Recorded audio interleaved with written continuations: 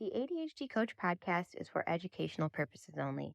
If you have any questions about starting or managing your own medication, the best person you could speak to is your own provider. Thank you for tuning in to the ADHD Coach podcast. I'm your host, Gloria Joy Sherrod, licensed clinical professional counselor and ADHD expert, and I'm here to share with you a wealth of information on how you can manage your ADHD in adulthood. Okay, I am here today with Valerie Revolus. Valerie is a private practice psychiatric mental health nurse practitioner. She's worked in the mental health field for 10 years and primarily works with anxiety, depression, bipolar, and ADHD. Her main focus is normalizing mental health in communities of color. Welcome, Valerie. Hi, thank you for having me. Absolutely. I'm so excited for this conversation because I know I get questions all the time about medication and what medications are good for ADHD and the side effects and all of that. And people are always so hesitant to try the medication because of all the stigma. And so I would love to just get some good information out there about the medication and help people make knowledgeable decisions about what it means to take medication for ADHD. So, when it comes to medication management, I always try to look at the whole entire patient, their whole lifestyle, what are they doing?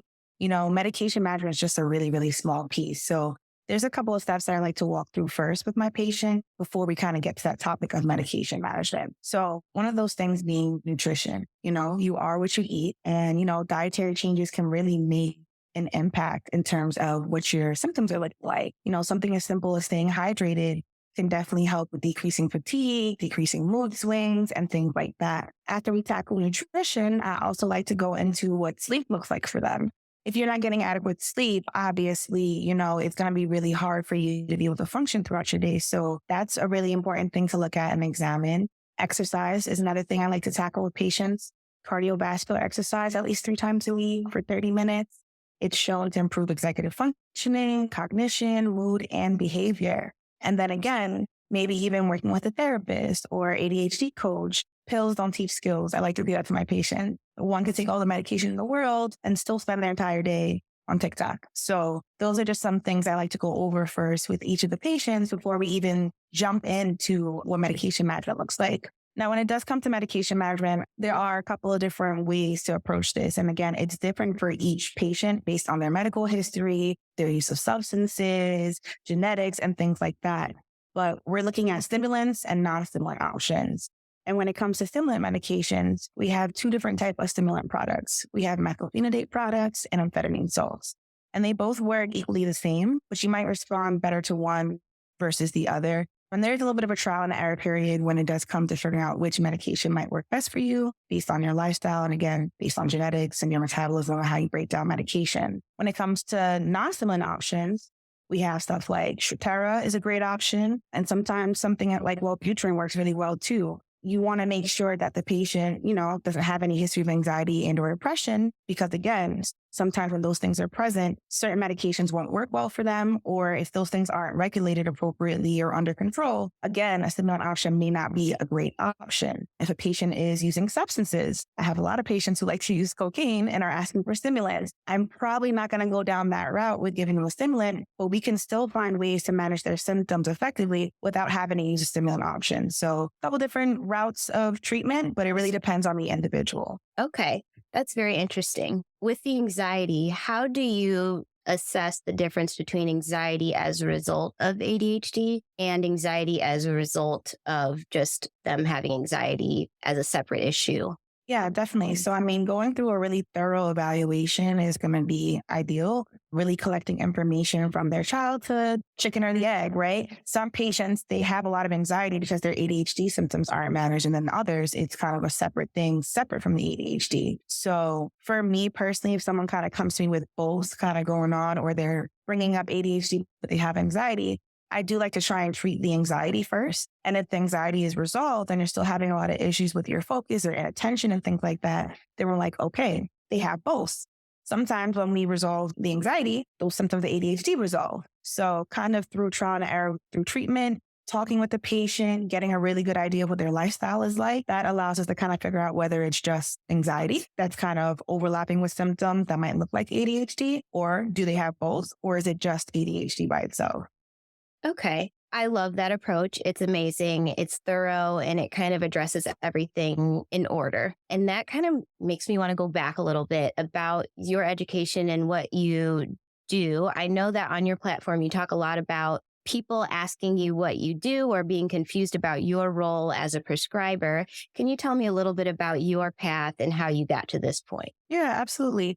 So I started off at Stony Brook University. I got my bachelor's of healthcare informatics there. And then I went on to do my bachelor's of nursing at Long Island University in Brooklyn. From there, I spent time working on an inpatient geriatric psych unit for several years. And then after that, I did case management for two behavioral health units for a couple of years after that throughout school. So about maybe like 6 or 7 years later of having that experience, I went back and I pursued my master's degree in nursing as a nurse practitioner with a specialty in mental health. Currently, I work in a private practice setting where I primarily see patients dealing with ADHD, depression, anxiety, and bipolar disorder. So that's kind of a little bit on my background and kind of what I do now on my day to day. Okay, so when it comes to like the difference between like a nurse and a nurse practitioner, what is the main difference?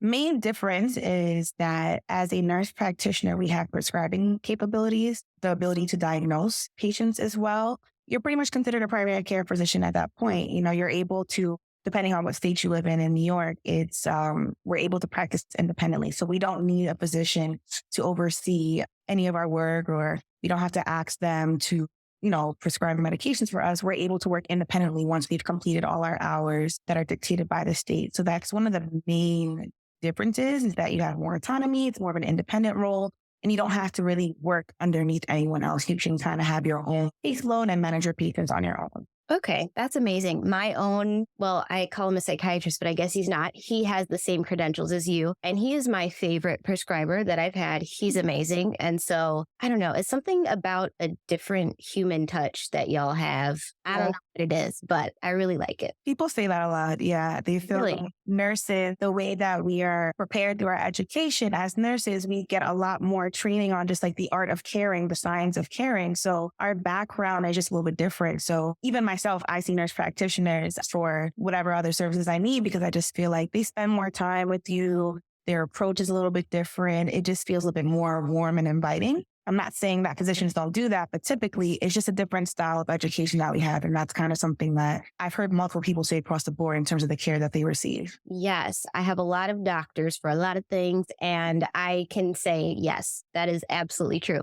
And it's interesting to hear that your education kind of prepares you for that warmness that I feel like y'all can share that with the medical community as a whole, because that's needed. So when it comes to medications, I know that you talked about the stimulant options. What do you think is better, fast acting medication or slow release when it comes to stimulants? So when it comes to fast acting versus long acting, again, it really depends on the patient and what their lifestyle is looking like. Preferably, I prefer long acting medications just because, with the short acting medications, there is a more of a risk for, tolerance, dependence, having to utilize it a bit more. Typically, I see a lot of my college students who come and they'll want that. They'll want the immediate release because they're trying to control the time in which it lasts. They want to study, things like that. But my patients that are a little bit older, who have jobs, who work 9 to 5s or have longer days, they ideally like the longer acting medications better. One, it's once a day dosing most of the time for them. Two,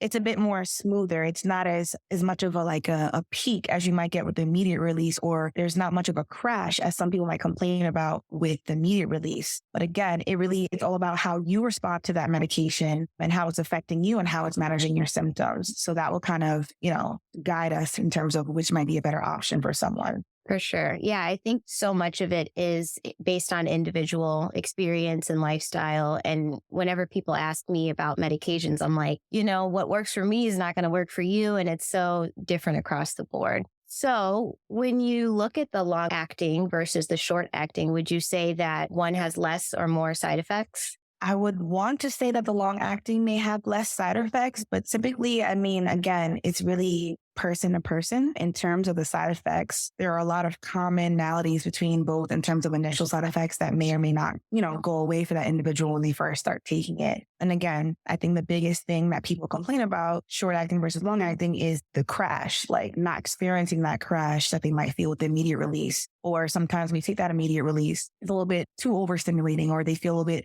increased nervousness or dizziness or, tremors and things like that. It's just a little bit too much for them at one time. So I guess that would be the best way to kind of approach.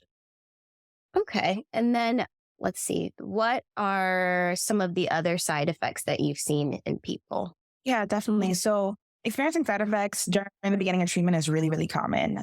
They usually get much more tolerable or go away, like I mentioned earlier, entirely as your body gets adjusted to medication, which can take up to weeks sometimes. And although, you don't have to take them every single day, I usually encourage people in the beginning to take them more consistently because their body can adjust and we can give the medication a fair trial. But some of the more common side effects that people may experience is headaches, dry mouth, constipation, usually in the beginning of treatment, and they can be minimized by staying hydrated. Headaches can be minimized by remembering to eat, keeping your blood sugar levels steady throughout the day with small snacks, especially if you get appetite suppression as a side effect of the stimulant, which happens for a lot of people. Nausea for people with sensitive stomachs. So especially if you're taking the medications on an empty stomach, and you're having intolerable nausea, you might want to take it with or after a meal, which is not particularly recommended. But again, if you're having a lot of nausea and the medication is beneficial to you, then you have to make adjustments. Irritability, insomnia. The irritability can be that maybe you're not on the right formulation of medication, or maybe there's an unresolved other disorder at play. And then insomnia,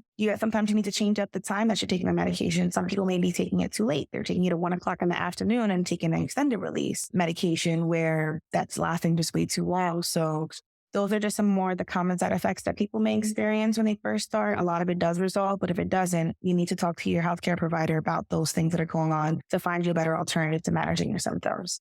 Okay. So sometimes people will see these side effects up front, but then after taking it for a couple weeks, they won't feel them as much. Right. And then at that point, if they still are, that's when you think about adjusting. Correct.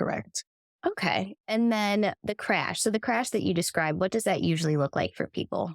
The crash will look like feeling really tired or maybe irritable. It's like they're feeling great throughout the day. And then somehow, like through the middle of the day or toward the end of the day, when the medication's wearing off, they just start getting kind of really a little down, a little bit. And just that feeling of tiredness and not really feeling super motivated to do anything. So that's kind of the opposite effect of when they first start taking the medication. Yeah. And what do you recommend people do for crash? So when it comes to the crash, I have some patients who do take magnesium glycinate in the evenings, which helps with like a calming effect. Again, and I'm not telling anyone to go and take this without speaking to their healthcare provider first, but that's something that some of my patients like, and I'll offer to them as an option to kind of help with that crash. Sometimes changing the dose of your ADHD medication can help with managing that, adjusting the timing of when you're taking it. Also, sometimes if it's really intolerable for you, switching to a different stimulant medication or a different formulation in terms of instant release versus extended release. For some people, again, there might be some underlying other mental health conditions. So maybe adding an antidepressant medication to assist with some of the mood swings might be helpful, or even maybe adding a booster dose of ADHD medication in the evening, afternoon to help with lowering the crash effects as well. Okay, that's awesome. That's another thing that I get questions about all the time is what do we do about crash? So that's very helpful. So let's see, we already covered pre-existing anxiety, and then will stimulant medications eventually stop working for someone in terms of like building a tolerance? So if you were to take a stimulant medication every day for years without taking breaks, your body will eventually develop a tolerance to that dosage. Older research encouraged people taking stimulant medications to take the weekends off. However, ADHD symptoms don't naturally disappear on the weekends. So some of the newer research says that it's best to take extended breaks throughout the year, usually 3 breaks each year, 4 to 5 days long. This does way more for tolerance buildup than just taking a weekend off or a day off here and there. So to answer your question, it's yes, you definitely can develop a tolerance, especially if you're taking it over time. So there are some things that you can do to try and help out with that to avoid it. Okay. And at what point? So I know that sometimes people start on a lower dose of a stimulant medication and then they slowly work their way up. Would you say that at a certain point, you encourage people to take a break instead of raising their dose? That really depends on kind of what's going on with them and what's happening because sometimes, it's not that a higher dose may be required. Sometimes they have increased stressors going on in their life. Sometimes work become more stressful. So you have to get really good at asking a lot of questions when you do what I do because, sometimes patients, they don't know. So they'll just assume, I need a higher dose. I need a higher dose. Meanwhile, it could be something that maybe could be alleviated through therapy and talking to someone. Maybe they really do have some unresolved anxiety and or depression that hasn't been addressed. Perhaps you can look at removing the stressor if possible that's causing them to kind of lose their focus. So I kind of reassess every time that I meet with them monthly to kind of see what's going on because it's not always a medication adjustment that's warranted. Again, looking at your sleep, looking at your diet, looking at your exercise. So those are some things to kind of consider. But again, if we're looking at all those things and the medication is just not working as well, you're developing a tolerance. And of course, yeah, we'll need to increase that dosage to kind of manage your symptoms a bit more effectively. Okay, great. Are there long-term effects that people need to be aware of when it comes to ADHD medications?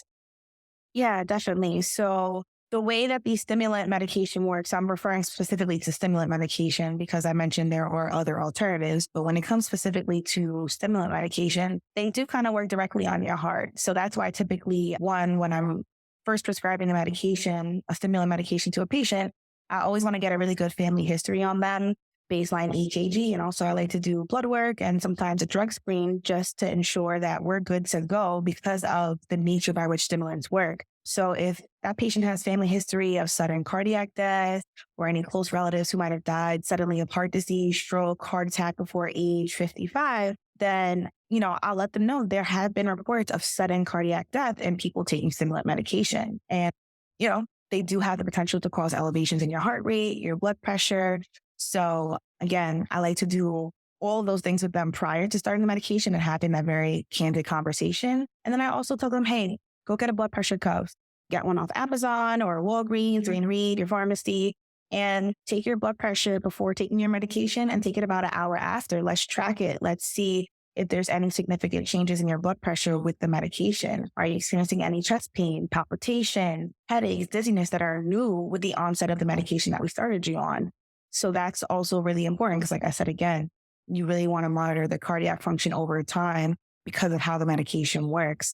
And as well, their caffeine intake. I know people who are like throwing back cups of Starbucks, 2, 3, 4 cups of Starbucks, and they're on like, Adderall extended release 30 milligrams a day plus all this caffeine. That's a lot. You got to check your teas, right? Most of these teas are caffeinated. You really have to watch your caffeine intake because using all these things together simultaneously can definitely, cause some issues for you later on down the line if you're not careful. Yes, I tell people that all the time. Like, why are y'all still having a cup of coffee in the morning and you're on Adderall? You do not need that. Please don't do that. Yeah, not good in terms of increasing side effects and all of that. Not good. Yeah, when I recommend it for some people with that, because some people, it's not even the caffeine per se from the coffee. Some people really just like coffee or it's like more of just a habit thing for them. So kind of working them to work their way towards decaf or, reducing their amount of caffeine intake over time is realistic because again, it's hard to break a habit sometimes. So to stop cold turkey for people is a little challenging. So I try to meet people where they're at and then see how can we kind of lessen, your intake over time as well. Yes, I love that. I started drinking like hot chocolate and just other warm things at first, and then I got diabetes. So now we're doing none of those drinks with sugar in them, but definitely there are tons of warm options that are also sugar free and caffeine free. Right. So, are there side effects that would trigger you to think that somebody does not have ADHD and that the diagnosis is not correct?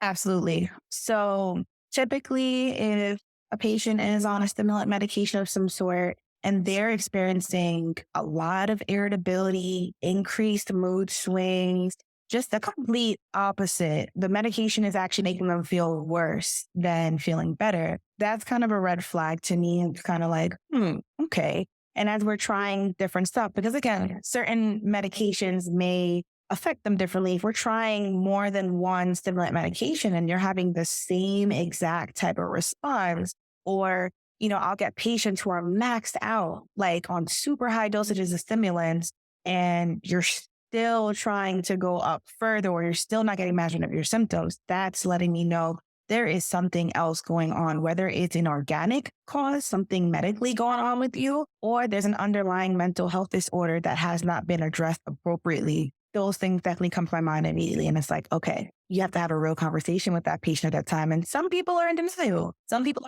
don't want to hear anything else about depression, anxiety. It's, I have ADHD only. So again, you get really good at kind of figuring out which patients, really do want the help and don't. Because the ones that really do want the help are going to be open to hearing what you have to say, your recommendations, and trying to make some changes.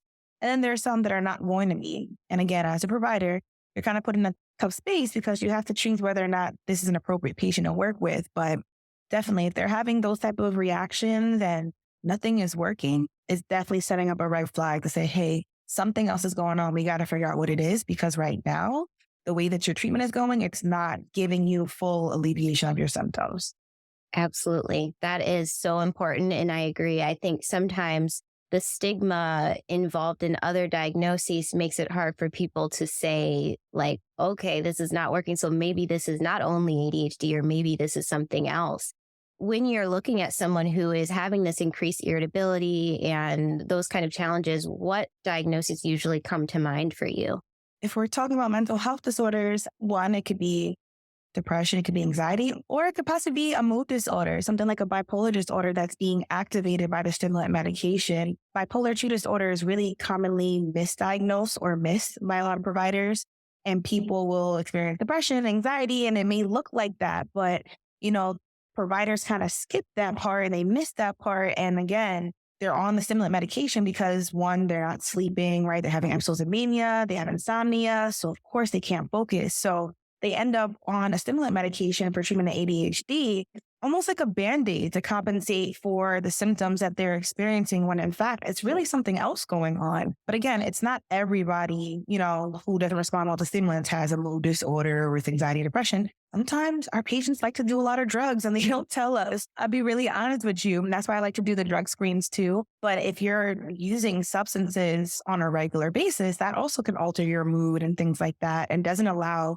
stimulants, the medications to work as effectively. Most of the time, if I have a patient who tells me they smoke marijuana every day, again, maybe we need to cut that back first before we decide to add a stimulant on because it's a little bit counterproductive. You end up having a depressant with a stimulant. Counterproductive. Not to mention, I've kind of observed over time, my patients who smoke marijuana pretty much every day usually require higher dosing of their medications too. I'm not sure of all the mechanics behind it, but I'm pretty sure it's something to do with the receptors that are being blocked in the brain when you do smoke marijuana, and it doesn't allow medications to work as effectively. So again, all these different things come to mind when medications aren't working. I'm thinking, are they using substances? Is there something else like anxiety and depression? Is there a mood disorder? Or is there something more organic going on with that individual? Wow, I'm so glad you spoke on marijuana because that is one that I don't know how to answer that question ever because people ask if that's a remedy for ADHD. First of all, I do not understand how. I don't know how anybody gets work done, ADHD or not, with marijuana, but people say that's a thing. I feel like people think that it calms them down, perhaps, and in turn helps them focus. I don't know about that. But then I would think more of an anxiety than ADHD in that case. So the way I like to explain it to sometimes the people when they use marijuana often, because it's nothing, I'm not going to say it's nothing wrong with social use, but when you're using something, any substance every single day, it's considered a drug. You're using something every single day because you're trying to make up for something else that's going on. And I kind of like to tell people, most of the time when you smoke and you try to relax, that act of smoking, that deep breathing that you're doing is relaxing your nervous system. So it's almost kind of like you're simulating taking deep breaths or using some sort of relaxation technique. So in fact, you could probably try and replace that out with some sort of deep breathing exercise and see if that's also helpful. Because a lot of people, when they smoke cigarettes or they smoke marijuana, that's what's literally happening. You're taking deep breaths and you're taking a moment and your body's kind of relaxing. So like you said, yeah, it does bring up anxiety as kind of being a thing. So I kind of put it to them that way a little bit and that helps. And then also, again, when they're a little weary about taking a medication for depression and or a stimulant, I kind of go back to, well, you're taking marijuana every single day, you're smoking it every day, same thing. And it's almost you're taking this drug, which is not super regulated versus something else that might be controlled by a prescriber. So you have to really weigh out the risk versus benefits. And then again, see where your patient is at. I really kind of have that conversation with them and decide whether or not they're appropriate, to be under my care. There are some providers who don't care, and they'll prescribe anything and it doesn't matter what the patient is taking. But on my end, I really care about them getting better. So it's like, if you're really complaining about these symptoms and you really want to get better, then we really have to come up with a game plan that works and figure out what we can change throughout your lifestyle to kind of help mitigate some of those symptoms. Absolutely. That is amazing. I get so nervous when I see providers not checking with other, providers that person may have or other issues that they might have, like the high blood pressure or heart issues in their family. Like, yeah. And, I was going to say earlier about the blood pressure cuff. I think some insurances provide those for free or they'll cover it. I got mine covered by insurance. And it is so important when on a stimulant to be checking your blood pressure for sure. I had one more question and I'm going to try to retrieve it from my brain really quickly. Oh, okay. About substances. What do you recommend in terms of people socially drinking and things like that while they're on these medications? So again, I'm a realist. People are going to do the things. So again, anything in moderation, but obviously you never want to mix your medication with alcohol.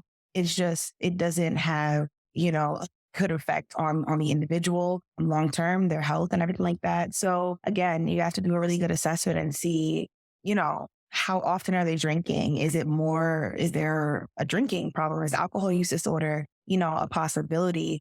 So again, I'm realistic. A lot of people are going to have a drink here and there. There's some patients who are overly cautious, like, no, I'm just going to drink it all. I'm scared. Cool, that's fine. But then there's some that are going to drink. And I always tell them, be mindful. Or if you really do plan on drinking, if you could skip your medication for the day, you know what I mean?